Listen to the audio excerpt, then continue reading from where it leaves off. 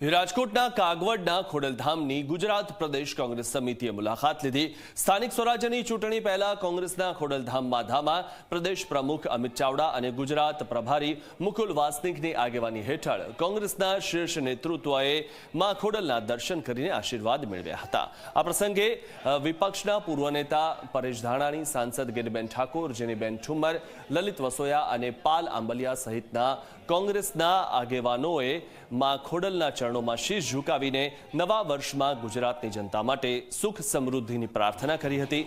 ખોડલધામના વર્તમાન અને ભવિષ્યના આયોજનો અંગે ચર્ચા કરવામાં આવી હતી। પ્રદેશ પ્રમુખ અમિત ચાવડાએ કહ્યું કે વિપક્ષ તરીકે કોંગ્રેસ ગુજરાતની જનતા અને ખેડૂતો માટે અવાજ ઉઠાવવા માંગે છે અને આ માટે તેણે મા ખોડલ પાસેથી આશીર્વાદ લીધા છે।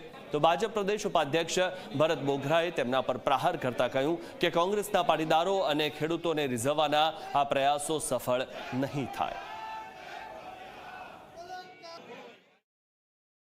ગુજરાતના ખેડૂતોના હક અધિકારની લડાઈ લડવા માટે, ગુજરાતના યુવાનોના ભવિષ્ય માટે, ગુજરાતની મહિલાઓની સુરક્ષા માટે અને ગુજરાતના સર્વજનોના કલ્યાણ માટે કામ કરવાનો જે અમારો સંકલ્પ છે, લડાઈ લડવા માટેની શક્તિ આપે। કોંગ્રેસના શાસનમાં સૌરાષ્ટ્રમાં અને ગુજરાતમાં ખેડૂતો પર જે રીતે અત્યાચારો થતા હતા, જે રીતે સીમચોરીઓ થતી હતી, એ વાતને હજુ પણ ખેડૂતોને અને પાટીદારોને યાદ છે। એટલે કોંગ્રેસ કોઈ પણ પ્રકારના લોકોની વચ્ચે ભ્રમ ફેલાવવાનો પ્રયત્નો કરે અથવા તો પાટીદારોને રીઝવવાની વાતો કરતા હોય તો પાટીદાર સમાજ ક્યારેય કોંગ્રેસને ભૂલશે નહીં।